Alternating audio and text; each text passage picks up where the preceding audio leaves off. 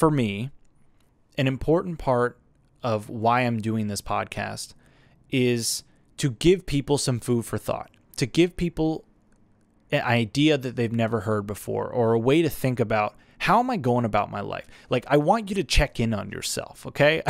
I want you to check in. How do you feel? You know, let's say your name is Steve. What does Steve think about this? What is Steve really doing? What have I been doing the last 5 years? You know, if I'm making an honest assessment of my life, what have I been doing?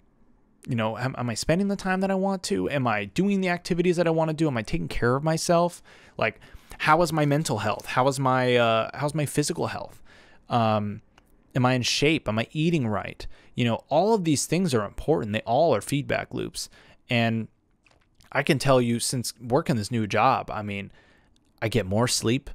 I work out consistently. I'm working out at least 5 times a week. I'm running to the gym. You know, I'm doing things that I never really did before. And I can see it in myself that I'm feeling better. I haven't smoked weed and it'll be almost 2 months, in another week or two.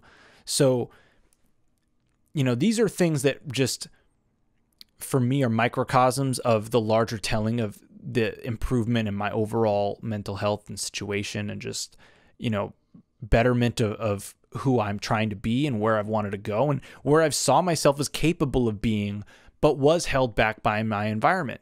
And there is a degree where your environment is so bad that you really do have to just fucking get out of it. And so, you know, when you hit that breaking point, you do have to recognize it and you got to make the change. You know, there's only so much change you can make within a given situation before at that point you need to change the situation. But I think you start by fixing what you can within yourself.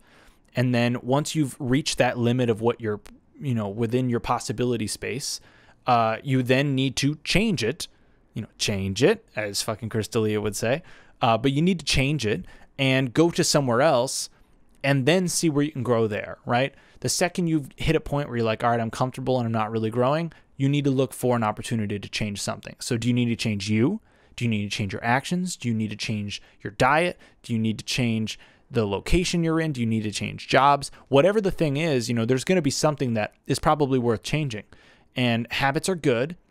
And it's good to get yourself into good habits, but there is a lull to that at some point. There is a point where the repetition and the return on the investment becomes much, much smaller. And it gets to a point where you realize, okay, the only way for me to really start shaking things up is I got to change something. And so over time, you figure that out. You figure out what those things are, and you will eventually tap into that intuition that I was talking about before, where you start realizing when to make the move and you start making it at the right moment. You know, at first, maybe you're a little late. Sometimes you're a little early on a decision. But over time, you're going to get better at honing that skill and understanding when it's time to go where. And so for me, I feel like it's a skill I'm always going to continue to hone, and I'm never going to feel like I'm done. And that's okay. That's part of it. You know, life is not meant to be you get to a finish line. It's all about the experience. And at a certain point, it's going to end. And sometimes you'll know when it's going to end, and sometimes you're not.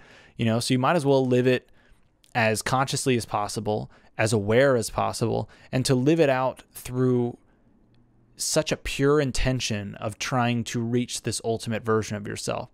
And I know that not everybody has that interest and not everybody's going to be inclined to go through these things. But I do think it's really important for the ones who are willing to go there and who are willing to listen to these words, who are willing to take in these ideas, and not just my ideas, but other people's ideas about how to go about life, about how to craft a better world for themselves, and not based in a materialism, but based in a true, like, spiritual connection with existence and life itself. And that purity is something that the more people that we have tapping into that, the more that it's going to have a domino effect. You know, that's why I love Bernie Sanders' campaign. Not to make it political, but that's why I love it, is because it's not me, us. That's literally his slogan. Not me, us. It's not about him. It's about us. It's about us rising up together to fight against the corporate greed and to fight against the powers that be that have kept the system the way that it is, that has allowed for us to get to this place that we are in. And I want to see more people waking up, not just politically, but that would be nice too, but also just waking up to themselves. Too many people don't really know themselves. Too many people really don't. Like, when it really comes down to it, if you ask somebody, well, who are you? You're going to get a lot of superficial ass answers. I can assure you. You're going to get a lot of superficial answers. You're going to get a lot of surface level analysis, and you're going to get a story in which they've told themselves based on a history of events and memories that they've codified into this nice long narrative in their novel of life that says that this is who I am. And I think it's important to craft narratives. Like, you can write the story to a degree, but it's also important to understand the very nature of the fact that it is a narrative, and that it is something that you ultimately are creating, and that it is an egocentric identity creation that you are talking about. Yes, there are some hints of truth that will be sprinkled in with that story, but ultimately at the end of the day, it is a story. And from another person's point of view, maybe that story wouldn't even be written the way that you're writing it. So I think, being the author of your own life is important. Choosing to tell the kind of story that you want to tell is important. That's all about the intentions, but understanding that you're not going to be able to write every word of this story. This story is going to be one that is going to fly by the seat of your pants, and it's actually more about you improvising and reacting and going with the situations that are presenting themselves to you. Something that I know Joey has talked about on this podcast with me is about how there's two frequencies. There's fear and there's love.